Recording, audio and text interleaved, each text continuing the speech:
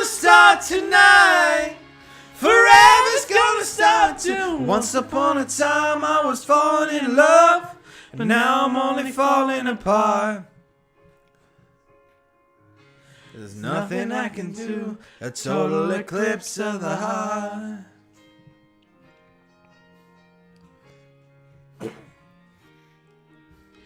Once upon a time there was light in my life, but now there's only love in the dark. Nothing I can say, a total eclipse of the heart. Ooh. Jess is gonna be so jealous. Let's quieten down that music just for a it's second. getting to the good bit, AJ. Adam, don't touch that dial. Play the song. Yeah. I feel like people need context pretty soon, dude. They're gonna stop listening. This is your new Popture intro song. This is a new Popture intro song. Bright eyes, Yeah, starting the podcast with like a turn around. massive instrumental. Bright eyes. Turn around, bright eyes. It's the best part of the song. Turn around. Every now and then I get a little. All right, thank you very much. Should we do a? This is more a behind the scenes thing, but should we do a sync clap to begin with? Okay. Should we time it in any kind of way to make it? Okay. That's good. So Screw we'll go you, 3, future. 2, 1, and then clap. Okay. 3, 2, 1. I'd knock the microphone. You'll find it. It's fine. That's fine. Hello, everybody, and welcome to a very special episode of the Popture Podcast. But I need to be articulate. That's crucial. Welcome to a very special episode of the Popture Podcast. My name is Alexander Jones, but you're my friend, so you can call me AJ. What's your name? Man sitting across the table from me. My name's Richard. I was just pulling the curtains to give less reverb. Yep. You know. This is a podcast where traditionally, and we're not. It's not like we're not keeping in tradition with that right now. There's a lot of explaining I've got to do right up front. I don't think is you just stick with me. This is a podcast where we watch a different film franchise every fortnight. Would you agree, Richard? Yeah. Would you say that's an astute description? Yeah. That's what we do? I'm not being dishonest by saying we watch a franchise every fortnight. AJ, you're being very honest. Now, can I just say... Yes. What are we doing differently this week? Okay. Other than your current state of intoxication, what else are we doing differently? We also have a very small but No, significant something else. live audience. Something else. Technically. Technically, we are recording on two different laptops. Yes. I can see your voice barely registering on mine. Is that going to be a problem for you when you edit it? Nah, man, I'm going to be... You're sorted out? I'm going to be so good with editing it. Okay. Okay, so... So now go to the other things that are different. Okay, one thing that's different. We have a 3-person live studio audience. And what that means is that we thought it'd be more fun to do this with a couple pals. Why? Because I feel like, and I'll get to this in a second, when you're as drunk as we are, if you feel like you got to perform, you and me, would you agree we're both attention seekers? Yes. When you've got people around, you're creating content for them. You're creating. AJ, I'm an attention seeker when I'm alone in my bed. Me too. And we got to campaign for their attention. We got to create something that they're going to want to listen to, even though they're listening to it now. So we've got some friends here. Those friends include our good friend Adam, who's been on the podcast before. His girlfriend Holly, but though that's not what defines her as a person. She's also our friend. Thank you. And then Mel as well, who's kind of late to the game in terms of my interpretation of these people in my life. But she's still here, and she's a good friend, and I really appreciate you being here, Mel. And what are they doing to keep themselves entertained rather than listen to our podcast? Okay, Well, it involves listening to the podcast. Like us, they are in various stages of inebriation. Would you agree, loyal live audience? Yeah. We've all been drinking, and I'll get to why we've been drinking in just a second. Just to be special, they not us, we're not as masturbatory as this, but they have actually created the official Popture podcast drinking game. And I've got a copy of it here in front of me as well. You do? Yeah. Do you want to read out the rules of their fish cult pop? All right. So if you want to play along at home, this works for any episode of the show, not just this one Yeah, specifically. that's important. That's actually really important. So a fish cult Popture podcast drinking game. Yes. Now make sure you don't put an I before the N in drinking. Oh, sorry, the second N, and don't put a G at the end of it either. Okay. So you need to take a drink whenever there's a mic bump. There was a bump. Guys, you better take a drink. Anytime there's a 9/11 reference. 9/11 is very important to the history of cinema. It actually changed, probably more TV than cinema. Actually changed a lot of the ways that we talk about things. A lot. Lilo and Stitch is a fantastic. Thank you, Adam. Lilo and Stitch is a great example of that was more something that was changed. But I think thematically, shows like Millennium, shows like The X-Files, changed a lot because of 9/11. Shows like The X-Files actually stopped airing because of things like 9/11 because the government at that stage in 2001, And also, anytime AJ giggles, they wanted to trust themselves. They wanted to trust their government. and I feel like AJ does this a lot more as well. But anytime there's a Beethoven mention, so this is a podcast where we talk about franchises. One of those franchises includes the Beethoven podcast. All these drinking rules are going to be in the description below as well. or we'll just post them on the page. Yeah, Might post a photo of Holly's beautifully drawn. Yeah, it's actually really nice. Thank you. Holly. Except someone's appears to have spilled a drink on it, and some of it's around. I don't think it was me, but let's just say it was me. Anytime Brent from Texas gets mentioned. Brent, I hope you're listening to this one, dude. This is this entire podcast, all of Cult Popture, is for not necessarily like you as an individual, but you as a the symbol. idea of you. The idea of you is that the idea of connecting with people we don't know personally, because that means so much to us. And Brent, I love that you've brought other people to this podcast. There's also in quotation marks, "Hey guys." I don't know what that one means. That one was suggested. I don't think we say "Hey guys" that much, but maybe we do. Well, at the start of every podcast. Hey guys, welcome to the Cult Popture podcast. Any unexpected gas that usually tends to come from me. That is referring to, of course, our often we drink drinks on this podcast. I'm drinking water to sober up a little bit. I've had like 18 shots of okay, AJ's whiskey. trying to sound cool because we'll get to. I did a shot just before we'll the get in a podcast. second why one of the reasons It's we're doing important. this I'm not just getting drunk for no reason. anytime a joke needs explained, so we've done that already. This happens a lot. Yeah. A fan comment mention. Brent Taylor again. So that often. Brent or David Brown. Phonetic recital of the theme song. Bow mama nama nama. Bow mama nama nama. And when the next franchise only has 2 films. Yeah, so that happens to us. Hasn't happened for a while. I mean, we haven't been on Film for Advertisers Fortnights for a while. Yeah, but we did two film franchises. There was a while where all we had was 2 films. films. One film that got split into 2. Anyway, we need to move this along. So take a shot whenever it is clarified that the word media is in the email address and when the next franchise has 10 plus films. So that's different. That's different from...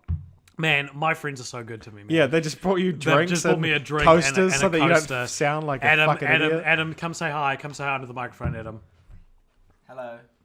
I gave you the coaster because I thought it might sound better when you put your drink down on the Yeah, when you for slam sure, your fucking drink down, AJ. Adam also helped us get the microphone sorted. Right. I've been told to read out the description on my coaster. Do you mind if we take a brief aside? All right, and then we'll finish the... I'll read out the finish a drink category. So my coaster has a very charming looking man on holding what I would assume would be a glass of maybe whiskey or tequila. And written on the coaster... Those are 2 very different drinks. It's a brown... It's Yeah, a they brown, look very different. What does tequila look like? It's clear. Okay, this is a brown drink. Yeah, Scotch? Scotch maybe? Scotch, brandy, rum, whiskey. I'm not big. I'll I'm not a accept. big drinker. This is the drunkest I've ever been. On the coaster are these words. I'm not an alcoholic. Alcoholics go to meetings. I'm a drunk. We go to parties. All right. And you can see the crowd laughing at the joke they suggested was read out. So to finish off the Cult Popture, the official Cult Popture podcast drinking game, finish your drink whenever the last episode is mentioned. You got a full explanation of that last Film Franchise Fortnights episode, so go back and listen to that. Maybe you'll hear it one day. Maybe you'll pay $1,000 and listen to the last episode. That counts. You better finish your drinks, everybody. Whenever a new segment begins, such as continue the franchise, or we talk about titles a lot. We talk about titles or a lot. franchise roulette, which we're going to do all 3. Yeah. we haven't even explained the concept of the podcast or what we're doing yet. We watched the film shows. I feel like we're gonna record an intro, so people are gonna ignore my comment. There's a reference to a past episode which we've already done several times. AJ or Richard throw each other under the bus, which we do a lot. I want to tell you, Brent Taylor. That's a reference. To and Brent also, Taylor. sorry, let me just finish. The last one is the next franchise is a shitty one. Holly, I'll give that back to you so that you can look after. Yeah, we're recording. We can't take shots right now. Yeah, so you guys can look after that and keep tabs on us. Brent, let me tell you that there is a lot. Wait, what one was it? What was the second to last one that I was going to? It was AJ and Richard throw each other under the bus. Okay, that happens quite a lot on this podcast, and to the point where often we actually just cut it out. We cut it out of the editing. There have been lines we've said that we just have gone in post-production being like, that's probably not appropriate, and we've cut it out. Brent, I want you to know that's for you too. AJ, okay. What is this podcast? This is a podcast. My name's AJ. This is Richard. This is a podcast where we watch and discuss a different film franchise every fortnight. And we've done such franchises. I'm trying to get our friends to drink here. We've done such franchises as Beethoven. We've done such franchises as The Land Before Time. These feel like the most significant ones in our heritage. Don't say that. I'm actually going to cut that out. Or I might bleep it so people can hear me saying. I'm going to cut that out. Yeah. But this episode, as it is the first film franchise Fortnights for 2018, I know you said 2017, but it's not. It's 2018. We are going to review a little trilogy, a wee trill, hidden gem, a wee trill, called The Hangover. And to make this a special episode, what have we done and why? We've got fucking drunk, dude. We got drunk because The Hangover is about a bunch of guys who get hangovers after benders. So, on a personal note, please explain. In 2016. I developed somewhat of a drinking problem. And often my nights would be me sitting at home alone, watching Watch Mojo and drinking. Top 10 plot twists in movies. Spoilers. What are the spoilers for? You'll find out once they're spoiled. Then my work Christmas party, I got blackout drunk and I woke up in the morning. I didn't have my phone on me. I remembered to take my contacts out for some reason. And, that's important. And I was... I remember to take my medication for my heartbeat. And I was it's a similar sort of thing. We remember these sort of things. And I was like, you know what? I don't remember the last time I had fun specifically because I was drunk. So I was like, I'm going to not drink throughout 2017, inspired by my good friend Tyler Broley, who's also a friend of this podcast. Can you describe my contribution to this abstination in a nice way? I don't know. I can describe it as it happened. You've often mentioned on the podcast that we became friends because you were drunk, and I said, "Do you want to be best friends?"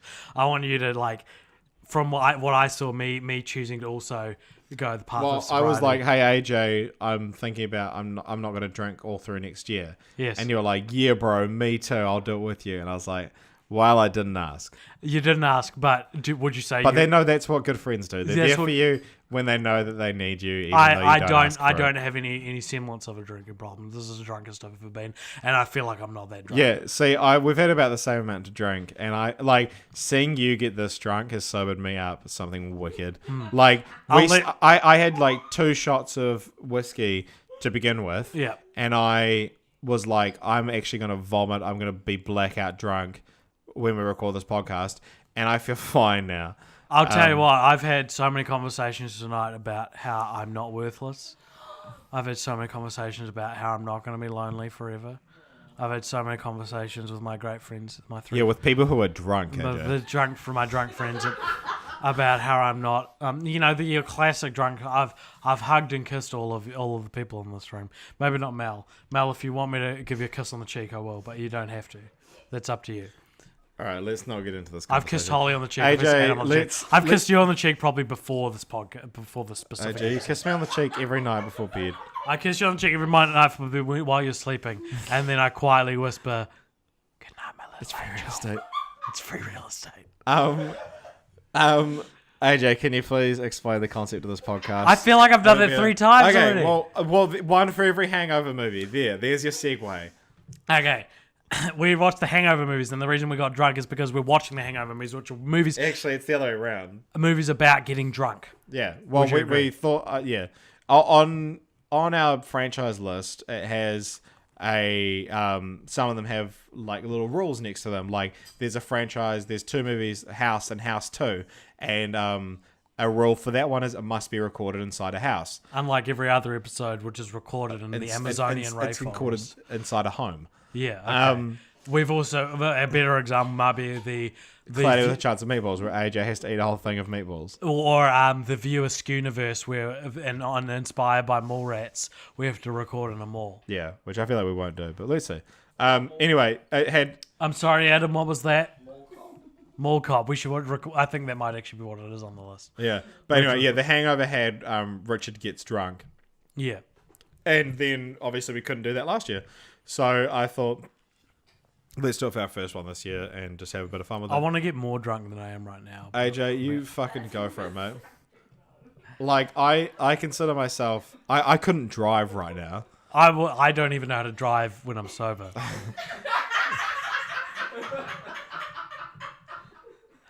Pause for laughs. Pause for laughs.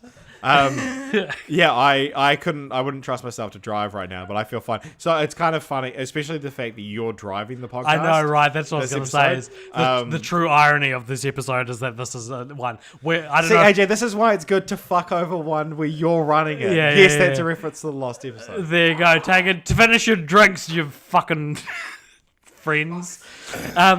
Yeah, the true irony of this episode is that I don't know if people who listen to this notice, but we more like generally we go 1s and 2s, right? You host one, I host the next one. Would you agree? There have been exceptions.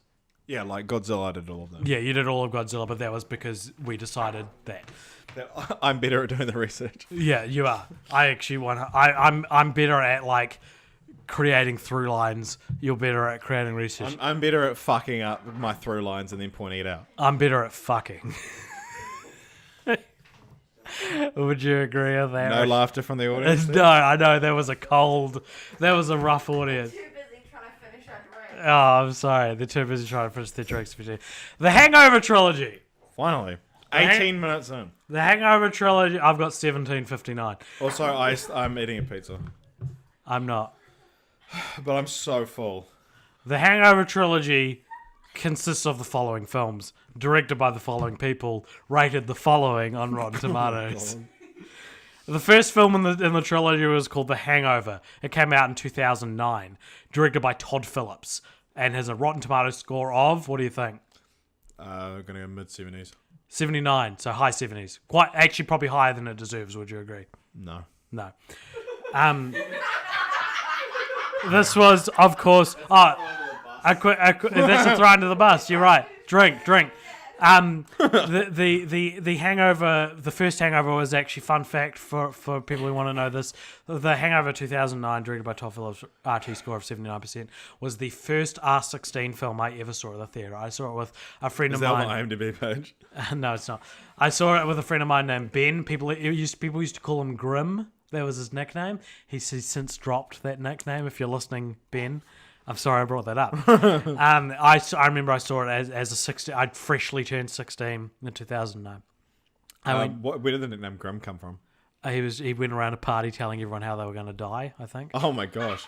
I love the idea of like real dark nicknames. I once wrote a play where a character was named Crash, and in like the end of the play, it was going to be revealed that everyone called him Crash because he killed his girlfriend in a car accident. What a great nickname! And had amnesia and forgot about it. What happened to that play? Can we make it now? We could. Let's do it. It's called Post. Post, starring Alexander Jones as Crash. Just kidding. It's not believable for the audience that I would have a girlfriend. The Hangover Part 2. The studio audience is like keeling over imagining you with a girlfriend. The Hangover Part 2 came out in 2011, also directed by Todd Phillips. RT score of, what do you think? Like, truly. Like 43. It's lower. Do you want to take another stab? 34. 33. Very good. I just gave a knowing look to the audience. The Hangover Part 2, I actually watched. The only time I'd watched it before this podcast was as a cam rip, as a filmed at the cinema, because I felt it important to watch. Because I used to do Because it was the first one was the first R16 movie. Yeah, you saw, yeah, wasn't it? exactly. If I'm not mistaken. That's more or less what it is. I felt I used to write reviews for all the films I saw. AJ, you still fucking do that. No one I cares. used to do it on a dedicated blog site called WordPress. You might have heard of it. Yeah, I know. I used to go on your Reddit account and see where you'd post them and downvote it. You son of a bitch. I always knew it was you. But I felt it important to watch The Hangover Part 2 to be able to be like, hey, remember that first movie I reviewed? Here's the second one. All right, The Hangover Part 3 came out in 2013. And as something that we've discovered doesn't happen quite often in film franchises, especially trilogies, is also directed by Todd Phillips. So Todd Phillips directed all three. I actually went back and looked. I think this is either our 7th or our 8th franchise where every entry is directed by the same guy. Would you agree that's significant? Yeah. Cool. What do you think that is on Rotten Tomatoes? 23. Very good. It's 20, but I'll give you it. I'll give you that. It's 20% on Rotten Tomatoes. A classic case of diminishing returns and quality of sequels. Before we go any further, Richard, I'd love you. You know, when you start eating a piece of pizza and you're like, you get most of the way through it and you're like, fuck, I didn't even want the first bite. I've never And experienced now that. I'm stuck with the crust. Richard, just before we go any further, would you please tell us the stories? What are the storylines of all three Hangover movies? But start with maybe a storyline for what the whole series is about, as like a kind of template. Yeah. Well, basically, the template for the first film is these four guys. Alan, played by Zach Galifianakis, Stu, played by Ed Helms, and Phil, played by Bradley Cooper, as well as Doug, played by Justin Bartha. They go to Vegas for Doug's bachelor party, and they end up they have a toast on the roof to a good night, and they wake up in the morning and they can't find Doug, who's going to get married in 24 hours, and so they have to retrace their steps to attempt to find Doug, basically. Mm-hmm. And it's this movie where it's people trying to work out what happened to them. If you could describe a subgenre to this film, what would you say that subgenre is? Comedy. Comedy? What? No, that's more a genre. What are other movies that you would put into this subgenre? Kind of like Born Identity. Born Identity. I don't know what subgenre that is. Like, trying to recall. Mistaken Identity. I was more going for like Amnesia. the crossover between maybe like forgetting isn't necessary, but maybe like it's almost a road movie. Forgetting Sarah Marshall. There's like it's a comedy that is based in like a bunch of characters going on a ridiculous adventure. To A through B, C. Yeah, I would maybe put Without a Paddle, which is one of my favorite movies in this category. All right, and then The Hangover 2 is heavily criticized for doing this, but it's essentially the same plot. Our main characters who we spent the first film with, Stu, Alan, and Phil, are back. They've got Doug with them, and this time Stu's getting married. He's getting married to a Thai woman, and they're getting married in Thailand. So they go to an island in Thailand to get married, but Stu's fiance's little brother tags along, and Alan doesn't like this, and he devises a plan to get him out of the picture by essentially dragging them like he did in the first film by accident, and he ends up dragging all of them instead of just the little brother. They wake up in the middle of Bangkok. They have no idea what happened the night before, and now Teddy is missing. Doug is also not there because he called it early and went back to the resort, and so we're stuck with these three guys again who have to retrace their steps from the night before and find Teddy. There were like 3 gassy moments in that monologue there. Yeah. Sorry. Adam's the only one left. And then The Hangover Part 3 is a very different story where basically the other main characters are trying to send Alan off to rehab, and they get run off the road by John Goodman, who's playing a character called Marshall, who had this massive heist and stole all this gold, but Leslie Chow, who I haven't mentioned yet, who's like a guy... Very important. he's in the first and second films. He's just kind of in the first film. He's this weird like random Asian character played by Ken Jeong with a very heavy stereotypical Asian accent. And then the second one, he like teams up with the guys kind of, but to help them out. And then in the third one, it's like he's this international criminal, and Joel Goodman's like, you guys need to find Chow and give me my gold back. And it's this like crime caper kind of film that doesn't have anyone getting drunk or getting a hangover. Yeah. So the Hangover trilogy, thank you very much for that, Richard, is would you agree it is in a weird way kind of iconic with maybe like our age group, like at least at the time. Yeah, definitely did. The first one's a classic. Yeah, the people felt very connected to these films, probably because people got more hungover than I did. But let me ask you, Richard, and in your honest opinion, which one is your favourite film and why? The first is I genuinely love the first film. Mm-hmm. The second film I will defend to my dying day. I genuinely really like it as well. I can admit it's not as good as the first one. I guess because the original was so fresh, and then by design the sequel isn't as refreshing. Mm-hmm. But that's not a problem inherently, I don't think, and that's why I defend it. Is because I think for a comedy sequel, putting the same characters in the same situation in a different location, I feel like is a great setup for a comedy sequel. Well, that's why I would argue that the second one's probably my favorite of the trilogy. Let me say I'm not specifically connected to any of the three. Yeah. Like none of them particularly mean too much to me. I don't think I even saw the third one till we did this podcast. But I would say that the second one, it gets a hard rap for being basically a rehash of the first one. It's the Hangover meets the Hangover. Yeah, it gets rehashed for being. It gets a big. If it gets bad blood, bad rap. That's what I'm looking for being a rehash of the first one. But I mean, if you take the original movie and setting in a like a more exciting setting, you could argue more dangerous as well. More dangerous. The stakes are a lot higher. You could argue that means it's a better film. Yeah. Agree? Well, I mean. Yeah, it's again. I've said this before that like I would be perfectly happy if they were just like, there's a new film coming out. It stars Zach Galifianakis, Ed Helms, and Bradley Cooper, and they're going on another wacky adventure. And people people would be like, why isn't this Hangover sequel? I'd be like, sweet, Hangover didn't need a sequel. I'm keen to see these three guys hanging out again, and so yeah. More power to them. I mean, they. I don't know if it's a risk or if it's incredibly safe, because it's like you can either say it's risky to just try and do the same thing and see if you can, catch lightning in a bottle twice, or at the same time you're playing it incredibly safe by just rehashing the first film. But yeah, I think it's just as good as the first one. If you just watch that as a movie by itself, you'd put it on par with the first one. I don't think it's a bad rap because it's a rehash. Sure. Well, let me tell you. The studio audience is gone. That's why the energy's kind of dulled a little bit as well. Yeah, I don't know where they went. I'm here still. Hey, Adam. The first movie was we're going back to the first movie. It was actually based on a true story from a producer named Trip Vinson, and this was an important distinction to make. He's not a producer for The Hangover.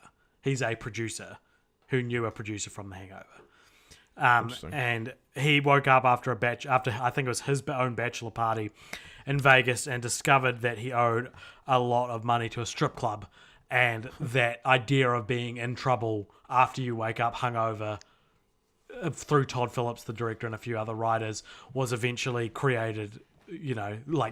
Todd Phillips added the tiger, the baby, and all these other things. Mike Tyson that turn up in the first film. And I found this quote from Ed Helms, who's one of the plays Stu, one of the three main actors in the films. And I thought I would love to hear your opinions on this, Richard, because I think it's a really nice way to describe these films. This is what Ed Helms says on the first film. Well, part of what's special about this movie is that none of the comedy comes from the characters being clever. Like you see it in a lot of sitcoms or movies where the characters actually have a funny sense of humor. That's not the case in this movie. So as an actor, you can really play the intensity and the gravity of the seriousness of the moment and just rely on the circumstances being funny. The joke is kind of that the situation you're in, or the way that you're reacting to something, as opposed to the characters just saying something witty. What would you? No, it's interesting. Yeah, I've thought about that a lot. Is like in comedy movies and like how often is it that the character is actually cracking jokes? You know? Yeah. So it's cool that it's like it seems like it's a conscious decision.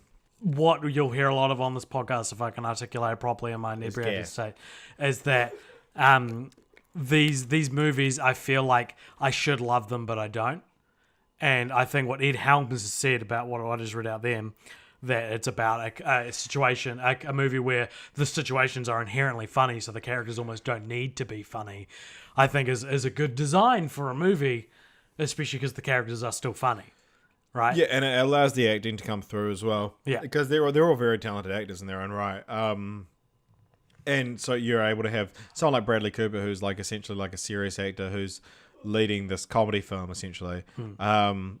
But you have him being able to like react realistically to absurd situations, and that's where the comedy inherently comes from. The first film's original script was actually rewritten by Jeremy Garlick and director Todd Phillips, who added some additional elements such as Mike Tyson and his tiger, the baby, and the police cruiser. The Writers Guild of America, West. It says West there for some reason. They disallowed their work to be credited due to the rules of its screenwriting critic system, which are only copied and pasted from the Wikipedia article because that feels very familiar to if you've listened to our interview with David Mickey Evans. He mentioned that as well. So isn't that a cool little? This is a living proof example. It's fucking cool, dude. Yeah, it's fucking cool, dude. Okay, The Hangover 2 was put into production 2 months after the first film, 2 months before the first film even came out, because it had really positive screen tests. And as we've talked about, and has everybody in this room seen the first 2 Hangover movies? So there was 1 yes, 1 the first, and 1 I'm really drunk. All right, so let me explain to you guys as well as our audience, as we sort of have covered this on the podcast already in this episode. The major, probably more than any other sequel that committed the same sin, the main problem people had with The Hangover 2 was that it has the exact same story as the first one. It's just set in a different country. You can play the trailers at the same time, and it hits the exact same beats. Yeah, but however, this isn't a kind of this isn't something that the people involved in the film are unaware of. So Bradley Cooper, upon the criticism, well, I don't know if it was because of the criticism, but in regards to the fact that the first and second film are very similar in basic plot structure, he had the following to say in a Vanity Fair article, I think. No, it's not in a Vanity Fair article. Never mind. He mentions a Vanity Fair article in this quote that I'm about to read. Bradley Cooper said, "We made the decision early on to keep the same plot structure. I remember we did this photo shoot for Vanity Fair, and that was when we first talked about the sequel in a realistic way. And we were all in the room together afterwards, and we were all saying, here's the choice. Do we stray from the structure, or do we run straight for it? And we all agreed, no question about it, we hadn't earned the ability to take these 3 guys and put them in a new structure. There needs to be a ticking clock. There needs to be a missed night, and there needs to be someone who's gone and a woman who is waiting to be married and a guy who needs to be married." I think it's great. That's really interesting that they themselves are aware. And I might be think they didn't earn it as well. Yeah. I may be one of the only people in the world that agrees with this based on the critical reception, that I actually agree wholeheartedly with that. And I say, if you're making a movie where the sole theme of it is a hangover, yeah, your second film should be the same thing in a more exciting setting. Yeah. Cool. Did you want me to give you more? If you wanted to give me more. I think that Bradley Cooper is a very intelligent gentleman. Maybe in American Sniper he should have known better. He should have asked Clint Eastwood, let's get a real baby for this scene. I actually think that film, despite its Oscar glory, it's actually quite underrated. Have you seen it? I have not. American Sniper? Sniper. No, I have not seen it. It's actually a really good film, and I think it was the lowest rated Oscar Best Picture nominee that year, but the highest grossing, which is interesting because a lot of people said it was just pro-America propaganda, but it's actually genuinely a really good film. Bradley Cooper's really good in it. It's to do with all about post-traumatic stress disorder, and it captures it really well, I thought. And Bradley Cooper gives a really creditable performance. And it's one of those things where it's let down because all that people know it for now is the fake baby scene, and that's a shame. Speaking of Bradley Cooper, first of all, did you know and I learned this word today, he is a teetotaler. How do you say it, Adam? Teetotaler. Do you know what that word means? Well, I feel like if I saw it written down or if I heard it pronounced correctly, I might, but go on. Tea, like you drink tea, teetotaler. Do you know what that means? No, go on. That means he doesn't drink alcohol. Oh. It means he's straight edge. He probably draws X's on his hands and vivid. Which is, of course, interesting because he stars in the Hangover Trilogy, which is a movie series based solely around getting blackout Well, drunk. you know what? If I had known Bradley Cooper didn't drink, I probably wouldn't have started drinking again. That's interesting because one note I've also got written down here is Bradley Cooper is so fucking sexy that as a straight man, I don't know how to deal with my feelings for him. What would you take me off here? The second film. It's so good, dude. When when they wake up and they don't know what they're doing, Ed Helms has a Mike Tyson tattoo on his face, and Zach Galifianakis has a shaved head. But Bradley Cooper throughout the whole film is wearing this like button-up shirt. He's got like 2 buttons undone. He's just drenched in sweat. His hair's all messy. He's like got 5 o'clock shadow, and it just looks great on him. Yeah, I don't know anyone who looks as good sweaty as Bradley Cooper, man. Yeah. I think maybe if I wasn't sweaty all the time, it would be like a nicer thing. You'd be like, oh, Richard's been doing some hard work. He's sweaty, but now it's just like, oh, Richard stood up and now he's drenched in sweat. And the second film, it starts so excitingly. So it basically starts in media res.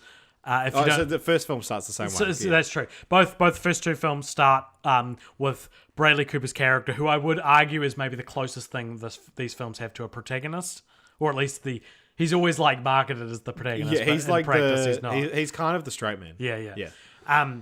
The both first 2 films open with him calling Doug's wife, yeah. Doug's wife, and telling her the wedding's not going to happen because the first one he goes, hey, we fucked up. We lost Doug. Yeah. And then the second film opens with the like almost the exact same scene. He's like, it happened again. It's so exciting. And she's like, we really fucked up this time. What? How bad? Like no wedding bad?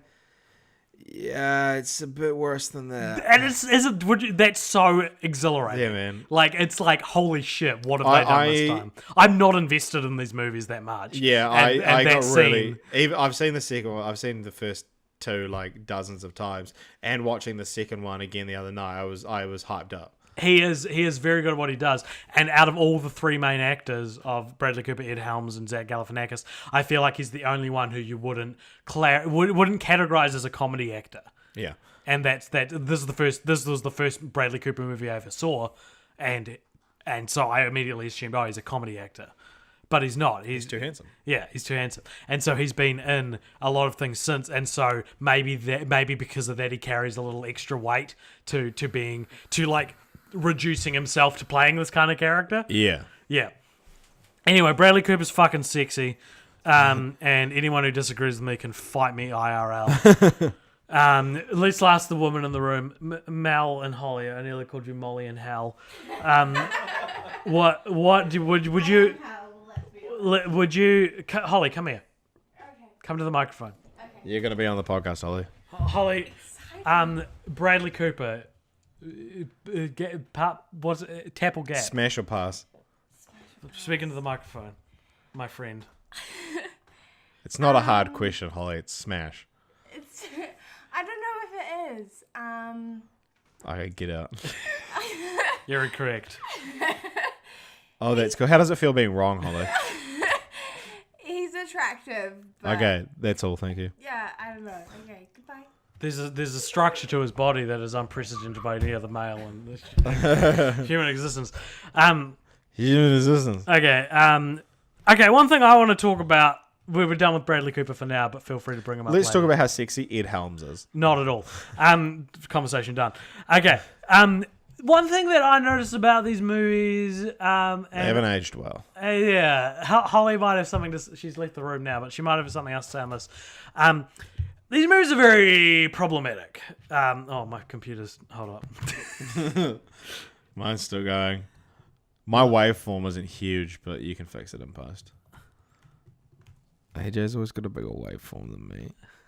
No, we're back. We're all good.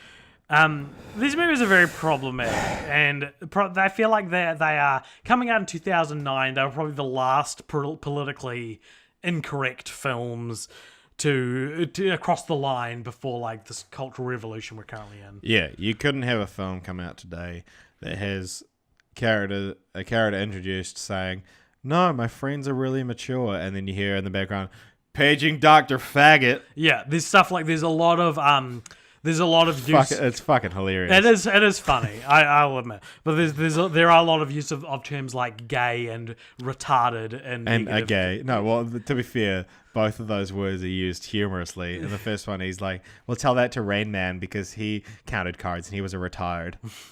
And then in the second one, he was like, "You know, Doogie Howser? Yeah? Oh, he turned out to be a gay." Yeah, that's what I'm saying. You probably couldn't put those various jokes in movies. I feel like now. Zach Galifianakis should be easily impersonable.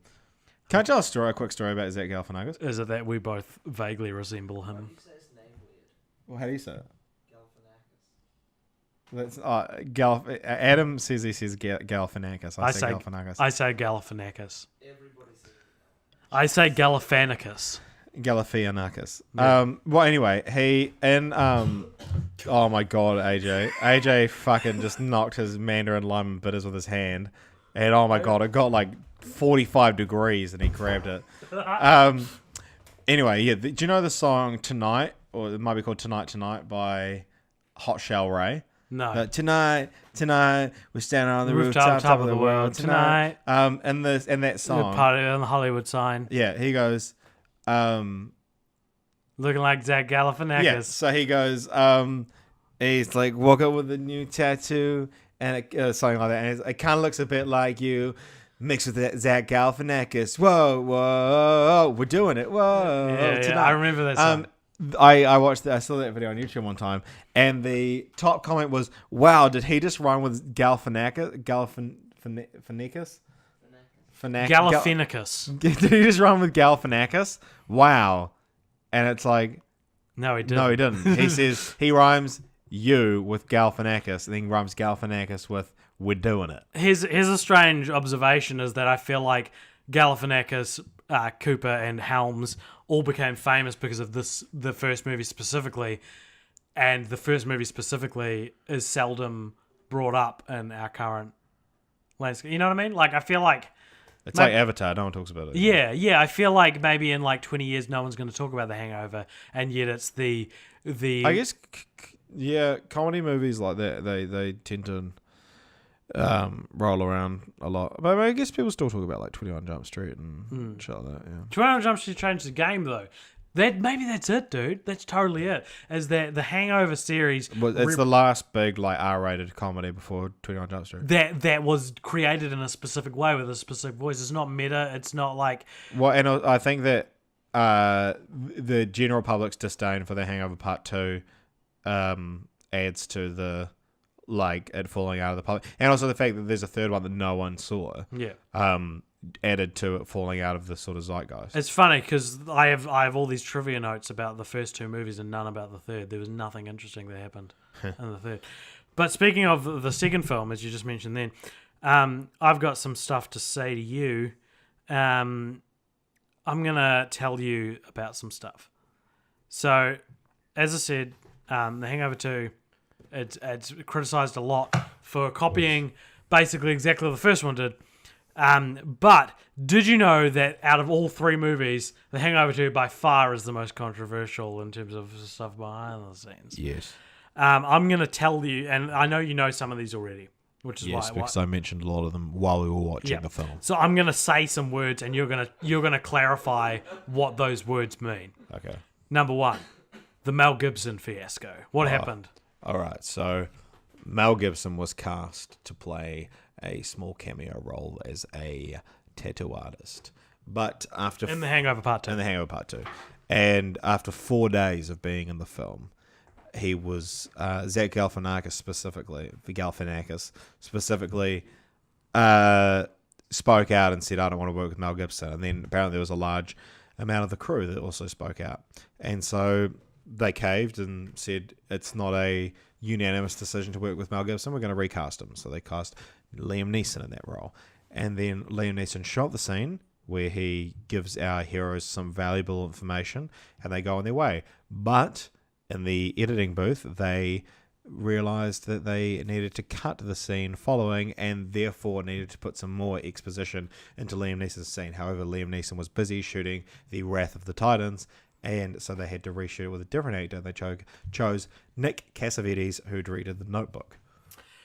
Mel Gibson's representatives, not Mel Gibson himself, but Mel Gibson's representatives since went on to criticise the decision to cut him from, or to not include Mel Gibson in the film, specifically citing the fact that Mike Tyson has cameos in the first 2 films, despite the fact that both Mel Gibson and Mike Tyson are reformed drug addicts and who have had dark pasts and dark Mike history. Tyson's been in jail. Yeah. So that was I feel for Mel Gibson. Yeah, it's not that Mel I Gibson would have suited the role as well watching the film. It's not that I forgive Mel Gibson, but it's that if you're going to cast someone And like you were so ready to love him in Daddy's Home too. yeah. It's more that something like in a role such as the one in The Hangover 2 that he could have had. It is weird that they would say no to Mel Gibson, but yes to Nick Cassavetes. to Mike Tyson. All right. This next one, I want you to tell me what I'm referring to. What is the smoking monkey fiasco? So there's a monkey in an actual monkey, capuchin monkey. Yeah. In The Hangover 2, and it is seen smoking cigarettes. And Todd Phillips jokingly in some behind the scenes discussion jokingly referred to the monkey getting hooked on cigarettes. Now, Peter, being the horrendous organization that it is, didn't take very kindly to this, and they had to then confirm that there was in fact no actual cigarette smoking monkey on the set. He would be placing a cigarette at his mouth, and the smoke was added digitally. Yeah. Okay, what is the tattoo fiasco? The tattoo fiasco is, as I mentioned before, Ed Helms wakes up in The Hangover Part 2 with a Mike Tyson tattoo on his face. And the original artist who did the tattoo said, "You can't put that in the film. It's my intellectual property." This was right before the film came out. And this was a huge controversy. It was going to be, "I'm suing you." And it got held up in court. They were like, "Yeah, you're stealing someone else's intellectual property." And it was like, we're going to lose so much money if we don't actually just release the film in a month or whatever it was. So they were like, what we're going to do is we'll change it for the Blu-ray release. We'll edit every single scene of it digitally for the Blu-ray, DVD and Blu-ray release. It was eventually settled out of court for an undisclosed sum. Very good. Thank you, Richard. This one's a little obvious, but what is the racist Chow fiasco? It's just Chow. The character of Chow is said to be incredibly racist. He's the accent and just everything about him is very racist. Ken Jeong, I believe, has said he doesn't think it's very racist, and he finds doing the accent very cathartic. Because correct, yeah. He's like, I'm the one doing it, so obviously if I found it racist, I wouldn't be doing it. But sort of because the character's so far into the abyss of racism that it's essentially parody. And so for him, having people come up to him all his life and be like, and throw racial slurs at him, do accents and all this stuff, it must be cathartic to be like, you can't make fun of me because I'm doing it so badly to myself. That's good. my interpretation. Yeah, that's basically correct. What is the war photo fiasco? The war photo fiasco. There's a famous Is that a guess? Everyone drink. I went to cough into the mic so there'll be like more obvious. But I was like, what are you doing? There's a very famous, I can't remember the specific details of it, but there's a very famous photo of a soldier executing an older Vietnamese man. I believe he's Vietnamese. Basically at point blank range. He's pushing a gun against his temple and he looks distressed. And the story behind the photo is actually quite interesting. That it's like this man had actually committed some horrible crime and like needed to be executed or something like that. And but the guy holding the gun in the photo basically ruined his life because the whole world was against him because he's shooting an innocent man. But I believe it was like an actual staged execution kind of thing. And it ended up, basically, it haunted the man for the rest of his life. And the family of the man in the photo forgave him and kept in contact with him for the rest of his life.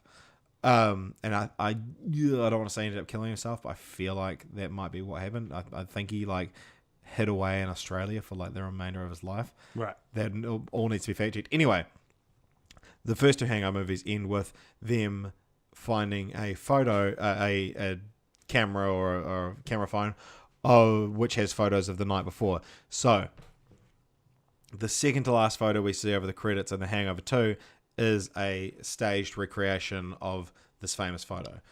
And Todd Phillips, and a lot of people said that shouldn't have been in the film. It was very insensitive. And Todd Phillips sort of said, yeah, maybe that was a lapse in judgment. Very good. What is the stuntman fiasco? Do you know? It's very simple. You could probably guess it. Died, didn't they? Or They didn't die. They injured, got injured. Yeah. And sued them. Yeah. Yeah. And the Louis Vuitton fiasco. You must remember that one. Louis Vuitton just got pissed at them for using a fake Louis Vuitton bag in the film. However, that is 7 fiascos. Yeah. So I remember the tattoo one coming up, and it was like a month before the film came out. Yeah. I remember seeing it on Reddit, and people were like, "Fuck, this is actually huge. This film might not come out." It was like a tentpole release, you know? Yeah. Yeah, and I think what's interesting is that while people may say that The Hangover, the original Hangover, is the best film in the series, the second Hangover is the one you'd make a documentary about. You know, that's the one that has the most Bill interesting... Clinton visited the set. Bill Clinton visited the set. Like, all these things are so interesting about this film, and yet that's, you know, not even remembered as the main Hangover movie. Okay. One of the things I think is... one of the problems I think with this film, with these films, is, and we talked about this while we were watching them together, is that the reason I feel like I don't connect with them so much is that out of the 3 main characters, all of them... What? No, but all of them have some like debilitating character flaw that makes them completely unlikable. Yeah, so I said before about how Bradley Cooper is essentially the straight man, but like, looking at the like archetypes, you'd say Stu's the straight man, but he's Ed Helms' character, but he's so far the straight man that he's again borders on parody, and so it's like he's such a square that like he's too much a stick in the mud, and then Alan's too much of a wild card that Phil is like the in between. I mean, like between all 4 of them, Doug would be the straight man. Yeah. Doug's the most normal character, but he's not in 90% of the 3 films. But all 3 films he's relegated as to the like side character of the 3. Yeah. Yeah. So that got me thinking while we were watching it, and I actually came up with this little theory. I feel like I've sobered up a lot since the start of this podcast, but I didn't feel it. Nah, I just feel real gross. Because of the pizza, not because of the alcohol. I had a bit to drink, and I was like, I feel like a pizza. And then Adam was like, nah, we've got food here. And I was like, and he said it might take longer. And I was like, should I order a pizza and we'll see which one gets here quicker? And then so he made up some food and I ordered a pizza, and they were about the same time actually, to be fair. He made 2 batches of food, and it came in between the first 2 between the 2 batches. I just had another shot, Richard. I think another one's been poured for me as well. Mel did it for me. It wasn't me. I don't know. Thank you. What were you drinking tonight, AJ? I'm drinking. Could you pass me the bottle you fed me from? Royal Stag. I'm drinking Royal Stag whiskey. What are you drinking, Richard? Something you won't experience. I'm drinking Tennessee Fire. Oh my gosh, Mel just said I'd never experience a stag night. I'm joking. Much like the subject matter of the first two films. I'm drinking Tennessee Fire Jack Daniels. I don't know if you've heard of the small kind of independent... The small penis in your pants, AJ. Oh, we'll get to that in a second. I don't know if you've heard of the small independent, hidden gem of a movie called Pineapple Express. Have you heard of that movie? I've heard of The Interview. Yep. Have you heard of Pineapple Express as well? Yes. Yes. I think Pineapple Express... I think Pineapple... Look, get a load of this fucking moron. Adam, I'd be interested if you've seen the movies to have your opinion. I'd say the Pineapple Express is like a better version of the Hangover movies. AJ, that's what you sound like. That's fine. That's it. That one shot, it put me in my bloody funny mood. Here I am. You're in mean hilarious Richard quips at AJ's Well, you know what? expense. Maybe you're not the only one who can do hilarious quips. You know what? Hangover 1 is just a shit version of Pineapple Express. What movie came out first? Answer me that. Pineapple Express. I don't think it did. Was it? Yeah. Was it? Yeah. Can you look it up, Adam? Pulling out a phone.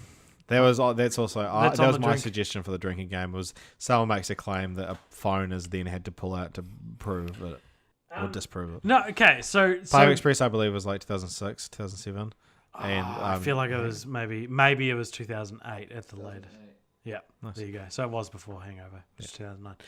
I don't know. A Pineapple Express is similar. It's a similar design to the first Hangover movie. It's very people under the influence, wrong place, wrong time.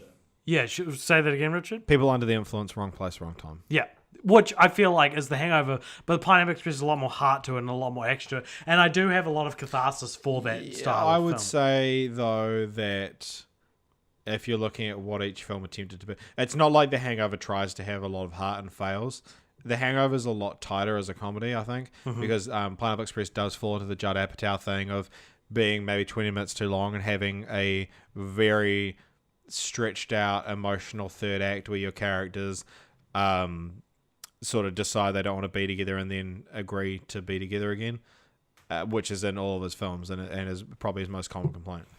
Fair enough, but I don't know. I feel like I haven't seen Pineapple Express in a long time, but it did feel like the version of that, the movie that maybe something like The Hangover wanted to be. Let me ask you this, Richard. In these movies, a lot of the time, all three, Ken Jeong's character by the name of Chow. He is Leslie Chow. He appears naked, dick and balls several times throughout throughout the whole trilogy.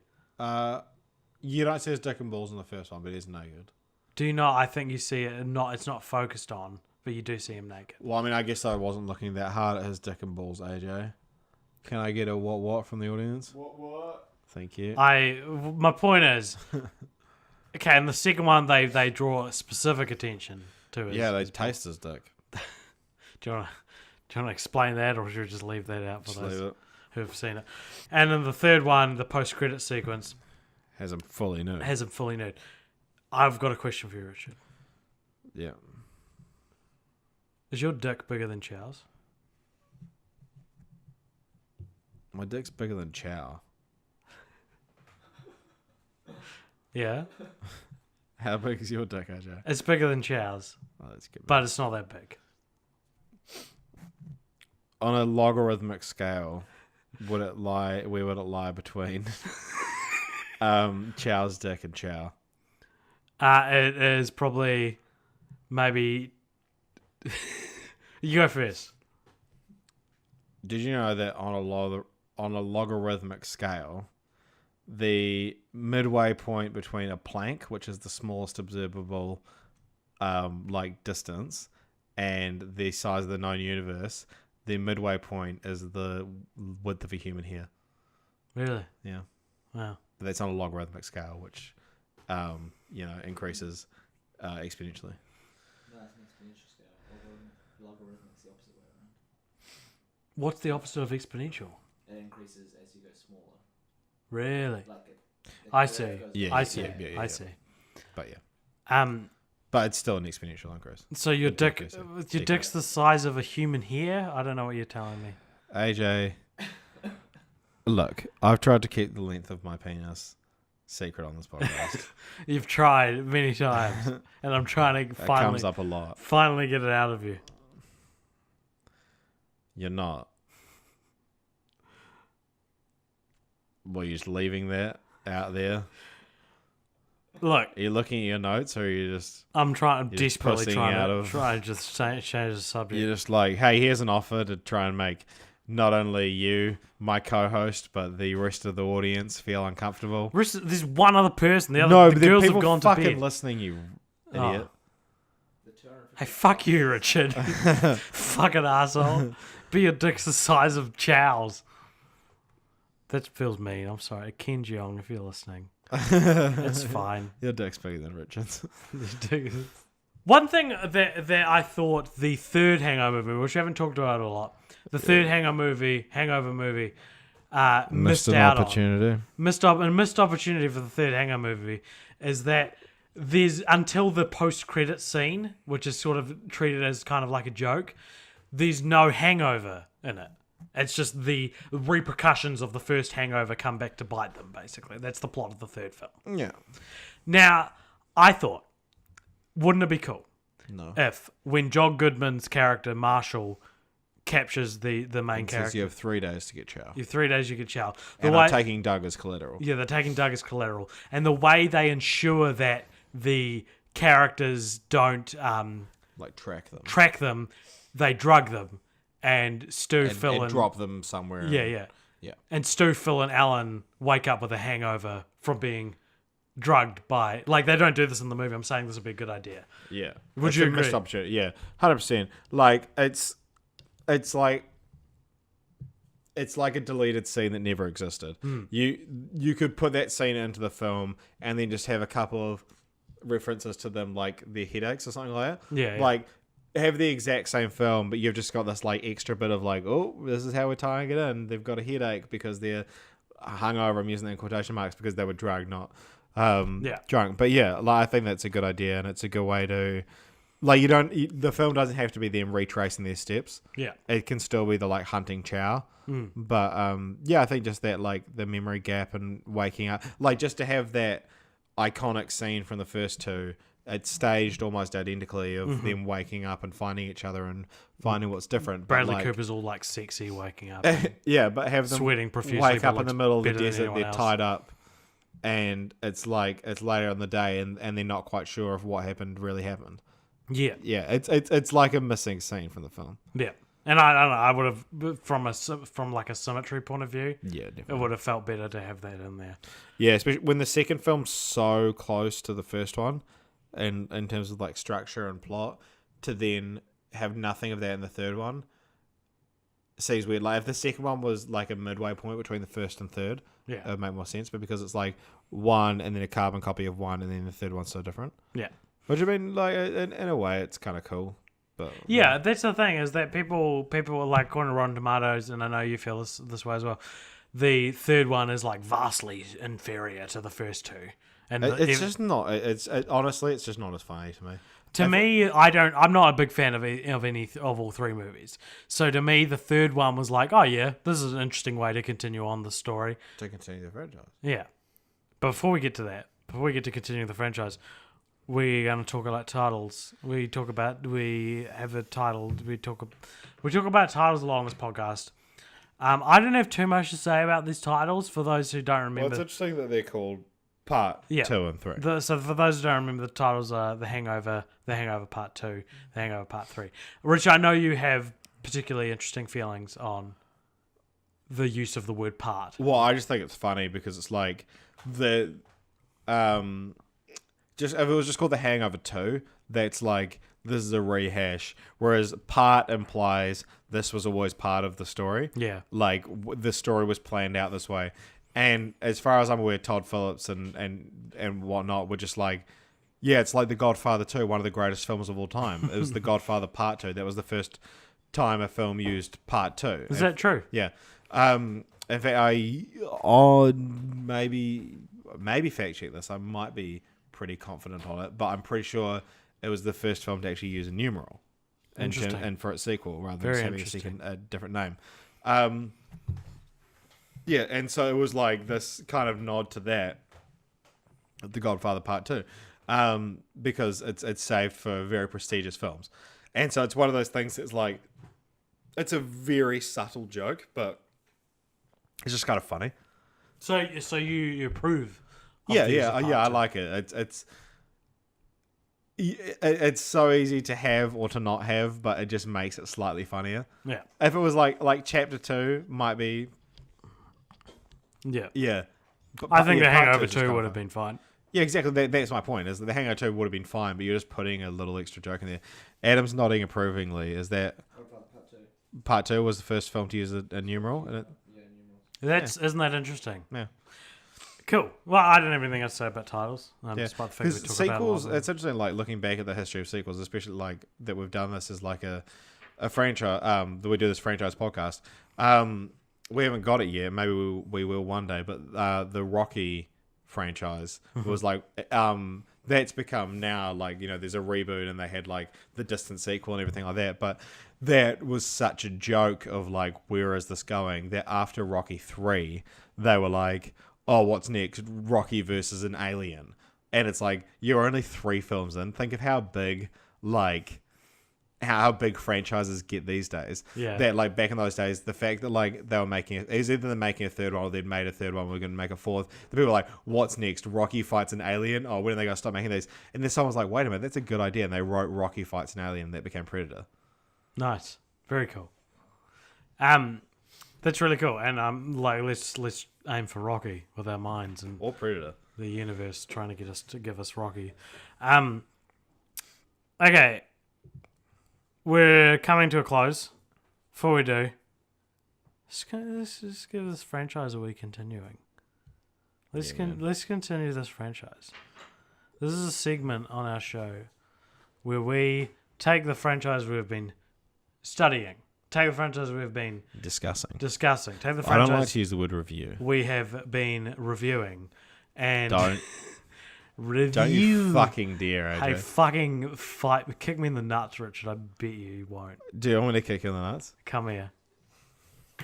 Climb over the table. Mel, what are you doing? AJ, pull your chair up. I don't want you to kick me in the nuts. You made me fucking get up. Yeah, joke. So I won. Adam, can you kick him in the nuts from where you are? Don't kick me in the nuts. I'm drunk. I'm not able to comprehend. You don't want to hurt on his sharp nuts. This is a segment where we talk about. This is a segment where we try and squeeze more money out of the Hangover franchise by pitching a sequel. Do you want to go first? Yeah, okay. Well, I can go first if you want. No, I'll go first.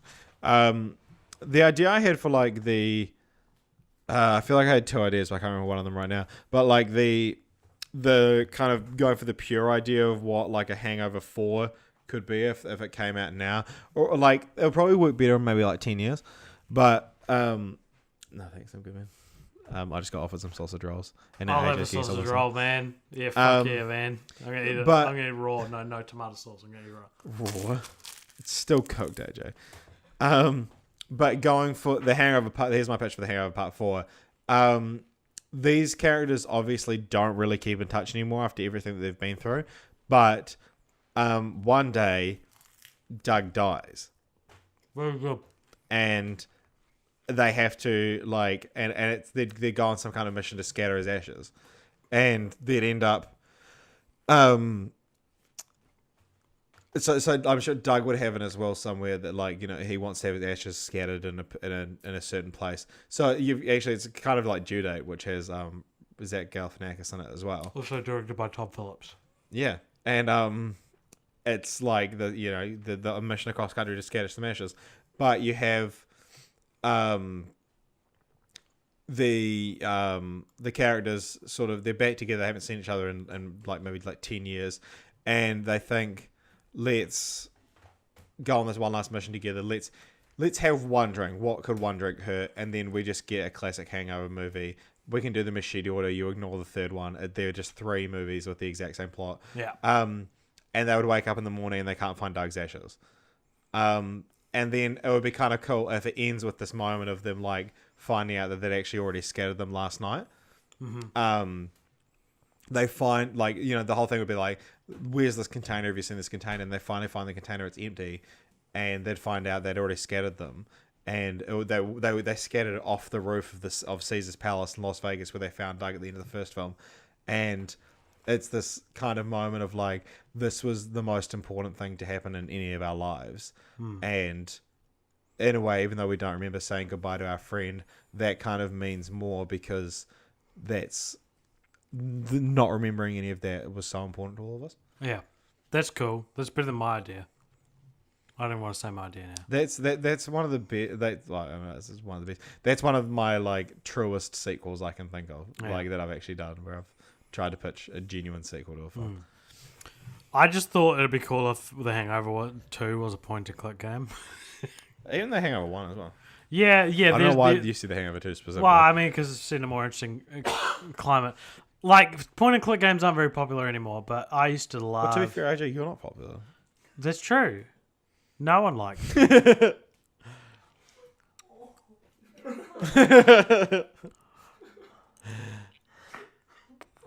All right. That's it. No, I don't know. I thought that it'd be interesting to take the Hangover story and put like there is a because it's like the check your pockets. What's in your inventory? There's this address. Talk to this person. Yeah. For those who don't know what a point and click game is, there are people who won't know what point and click games aren't very popular anymore. No, you're trying to explain it. They were games that were sort of like each scene would be like you wouldn't physically move around in the scene. You'd go into your inventory and find objects that could interact with the scene. Would you say that's accurate? Yeah. So like often your character would just be standing there. You'd have an inventory and there'd be a bunch of different things you can click on around the room, and you can either examine them or interact with them in some way or take them. Yeah, and Hangover being a story about a bunch of guys who don't remember what they did, I feel like that would be a valuable way to the idea explore and that idea. like you'd wake up and then you'd check your surroundings and there'd just be all this weird shit. Yeah. And then, level 2, you're at breakfast and you check your pockets. Yeah. And then you've got all these weird receipts in your inventory. And so, you've got a stamp for a monastery or something like that. And then in the next scene, you bump into a monk and you're like, do you recognize this? And then, that makes sense because it's very linear in its progression of like, you find this, it leads you to this. They give you a clue to lead you here. Thank you for explaining that better than I could. That's okay, I don't know you're drunk. I'm just saying that The Hangover would have been better as a point-and-click game. The least popular genre of game in today's day and age. Adam, as a text-based game that just comes up as like, you wake up in hotel room and be like, grab Doug, you cannot find Doug. Yeah. Adam, do you play any point-and-click games? I played them a lot as a child. The last one I played is Don't Shit Your Pants. Yeah. It's like a throwback to DOS games. Cool. And it's a point-and-click game where you try not to shit your pants. I don't know if the microphone picked that up, but Adam said he played a game called Don't Shit Your Pants, where the object of the game is to not shit your pants, and it's a throwback to DOS. I never really played what's it called, point-and-click games, but I did love the Curse of Monkey Island. Curse of Monkey Island is probably the most famous example. I would also throw That's out the third one or Escape from Monkey Island. The Monkey Island trilogy. Yeah, the Monkey Island series. There's series. 4 of them. Yeah. And they made a 5th one, I'm pretty sure. But the third one, I fucking love, and I'm currently in the process of like about to like get a PC, and I'm so excited to just download some version of that game and play it through again. Other point and click games I would recommend just quickly if you want. Grim Fandango. I only know that because in the Curse of Monkey Island, there's a bit where he goes into a like shack, and there's a skeleton that's wearing a vest, and there's a button on it that says "Ask me about Grim Fandango," and you go to take it, and he goes, I don't want people always asking me about Grim Fandango. The other games I'd also recommend would be The Broken Sword. I think it's a trilogy, but just play the first 2 on PS1. Probably the best story in a point-and-click game that I've come across. Terry Pratchett's Discworld also had a couple of point-and-click games. Do you know it's the fucking... Really cool. Yeah, Do you know it's they the are really fucking hardest point-and-click game I've ever played? cool. What? Mission to fucking McDonald Land. Have we talked about this before?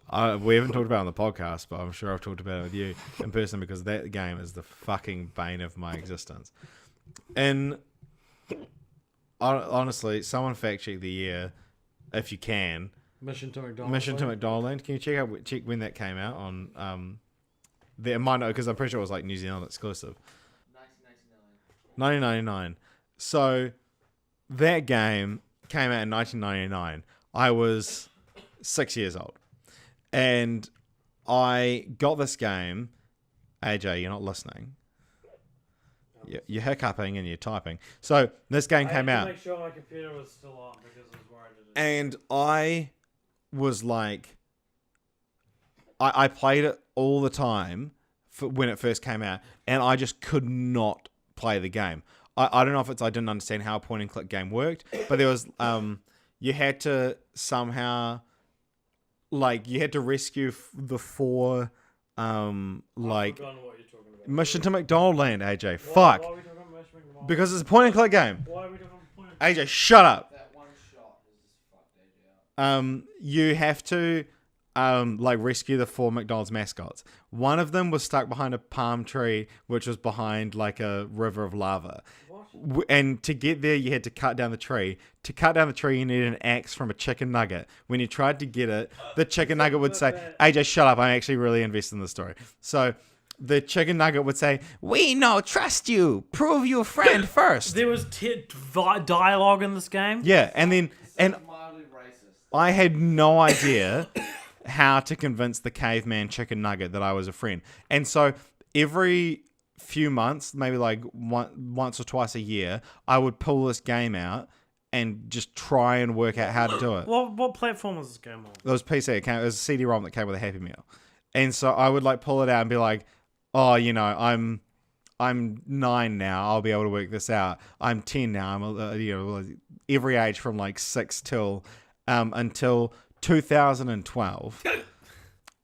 13 years after I got the game, I was chatting about how it was impossible with our friend David Corios and a few other people. David Corey's been on the podcast, but we should go see his shows. And someone mentioned that you have to give the chicken nugget the axe. And I was like, what? Oh, you have to give the chicken nugget whatever. And I was like, what are you talking about? And I thought you got the axe from the chicken. Yeah, no, I screwed up my sentence then, okay? You had to somehow... And they basically told me, oh, this is how... Because I don't think I ever understood how to play the game because it's never explained to you the instructions of the game. Is this still the Hangover episode? AJ, you know what it fucking is. You're trying to be funny, so just shut up. I'm not trying to be funny. I'm being funny, okay? And then difference. I raced home, and it took 13 years, but I finished Mission to McDonald Land. How'd you feel? That's the hardest game I've ever played. Do you think? Now that I know how to play it, I could finish that game in 8 minutes. And it took me 13 years. Very good.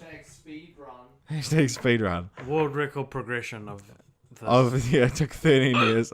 Richard took 13 years to complete it, and then a month later, I was able to complete it in 8 minutes. Well, we've been talking for a while now. Yeah, because you keep on interrupting me. And I don't think that's the AJ, reason. you've got hiccups, and it's fucking annoying to listen to.